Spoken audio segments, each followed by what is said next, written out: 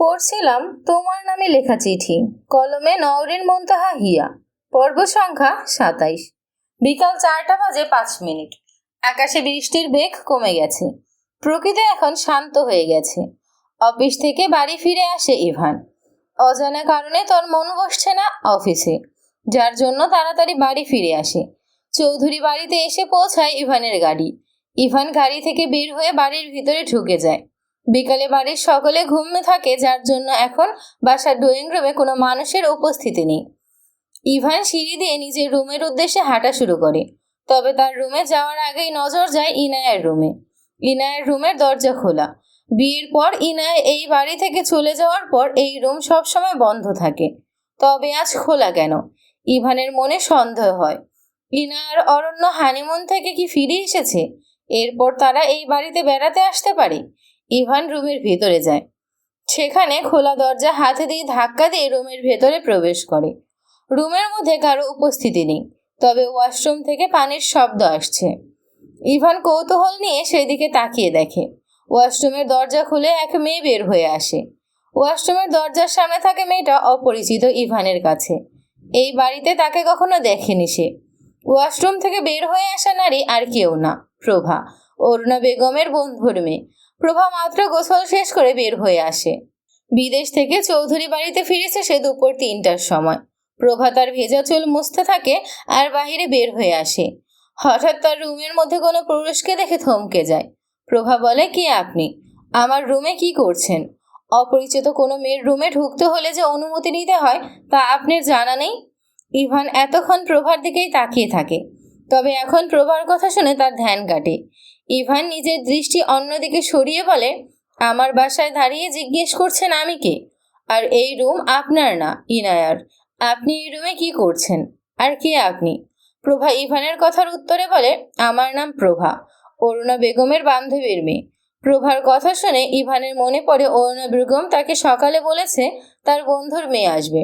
নাম মনে হয় প্রভা, তবে ইভানের যতদূর মনে পড়ছে প্রভা কাল বিদেশ থেকে ফেরার কথা। ইভান বলে, আপনি মায়ের বন্ধুর মেয়ে প্রভা। সকালে খাওয়ার সময় আম্মু বলেছে আপনার কথা, কিন্তু আপনার না কালকে আসার কথা। আর গেস্ট রুম রেখে ইনায়ের রুমে করছেন কি আপনি?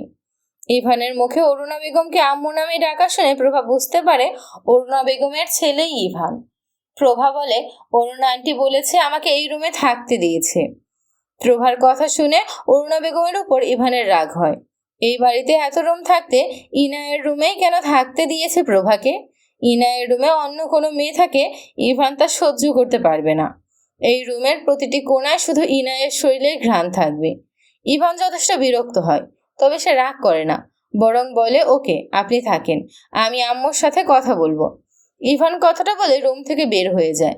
প্রভা একবার ইভানের যাওয়ার দিকে তাকিয়ে দেখে, এরপর দরজা বন্ধ করে দিয়ে আয়নার সামনে গিয়ে রেডি হতে থাকে। তালুকদার বাড়িতে আজ বৃষ্টি উপলক্ষে রান্না করা হচ্ছে। বৃদ্ধাশ্রমের সকল মহিলারা খিচুড়ি আর বেগুন ভাজা খাবে বলে মত দিয়েছে। তালুকদার বাড়ির সদর দরজা দিয়ে ভিতরে ঢুকে ইনায়ার অরণ্য। সম্পূর্ণ শরীর ভিজে গেছে। বৃষ্টি থামার পর ওরা চায়ের দোকান থেকে রওনা দিয়েছে, তবুও রাস্তায় গুড়ি গুড়ি বৃষ্টি পড়ার কারণে শরীর ভিজে গেছে। সদর দরজায় কয়েকজন বৃদ্ধ মহিলা মুড়ি চাবিয়ে যাচ্ছে। তারা ইনায়ার অরণ্যকে দেখে বলে, ইনায়া, তোমরা এমন ভিজে শরীরে কোথা থেকে আসলে? সম্পূর্ণ শরীর ভিজে গেছে, বৃষ্টির পানি শরীরে পড়লে জ্বর আসতে পারে। ইনায়ার অরণ্য যথেষ্ট শান্ত। চায়ের দোকান থেকে অরণ্য আর কোনো কথা বলেনি। ইনায়া যথাসম্ভব শান্ত থাকার চেষ্টা করছে। ইনায়া বলে, সকালে গ্রাম ঘুরতে বের হয়েছিলাম, কিন্তু হঠাৎ করে বৃষ্টি শুরু হয়ে যায়, যার জন্য শরীর ভিজে গেছে। আচ্ছা, আমরা রুমে যাই, জামা কাপড় পাল্টে গরম কিছু পরি। অরণ্য সিঁড়ি দিয়ে উপরে চলে যায়। ইনায়া পিছন পিছন চলে যায়। অরণ্য রুমে প্রবেশ করে ওয়াশরুমে চলে যায়। ইনায়া রুমে আসে। সে ওয়াশরুমের দরজা বন্ধ দেখে বুঝতে পারে অরণ্য গিয়েছে, যার জন্য ভিজে শরীরে অল্প সময় দাঁড়িয়ে থাকে সেখানে। প্রায় 5 মিনিট পর অরণ্য বের হয়ে আসে। ইনায়া জামা কাপড় নিয়ে ওয়াশরুমে চলে যায়। অরণ্য ফ্রেশ হয়ে বিছানায় শুয়ে পড়ে। তার শরীর ভালো লাগছে না, শরীর গরম হয়ে যাচ্ছে, মনে হয় জ্বর আসবে। ইনায়া ওয়াশরুম থেকে ফিরে এসে দেখে অরণ্য বিছানায় গা ছেড়ে শুয়ে আছে। বিকাল প্রায় 4টা বেজে গেছে। এখনো অরণ্য আর ইনায়া দুপুরের খাবার খায়নি। ইনায়া ভিজা চুল মুছতে থাকে আর অরণ্য শান্ত গলায় অরণ্যকে ডাক দিয়ে বলে, অরণ্য, আপনি ঘুমিয়ে পড়লেন যে, খাবার খাবেন না? দুপুর গড়িয়ে বিকাল হয়ে গেছে, চলুন খাবার খেয়ে আসি। অরণ্য বিছানার অন্য পাশ ফিরে শুয়ে আছে। অরণ্য বলে, আমার খিদে নেই, খাবো না আমি। অরণ্যর কথা শুনে ইনায়া আবার বলে, আমি কি খাবার নিয়ে আসবো রুমে? খাবার না খেলে ঘুমালে শরীর অসুস্থ হয়ে যাবে অরণ্য। ইনায়ার কথার উত্তর অরণ্য প্রদান করে না। সে অন্য পাশে ফিরে শুয়ে পড়ে। ইনায়া অরণ্যর সাথে আর কথা বলে না। সে রেডি হয়ে নিচে চলে যায়। বৃদ্ধ মহিলা রাতের খাবার রান্না করছে। ইনায়া রান্নাঘরে যায়। ইনায়া বলে, নানামণি, দুপুরের খাবার কি এখনো বাকি আছে কিছু? বৃদ্ধ মহিলা রান্না রেখে এগিয়ে আসে তার কাছে আর বলে, দুপুরের খাবার তুমি আর অরণ্য খাই নাই বলে আলাদা করে রেখে দিয়েছি, তুমি বসো, আমি নিয়ে আসছি। বৃদ্ধ মহিলা খাবার নিয়ে যায় রান্নাঘরে। এরপর ইনায়ের হাতে খাবার দেয়। ইনায়া কৃতজ্ঞতা প্রকাশ করে খাবার নিয়ে সিঁড়ি দিয়ে উপরে চলে যায়। রুমে প্রবেশ করে ইনায়া অরণ্য এখন আগের মতোই শুয়ে আছে।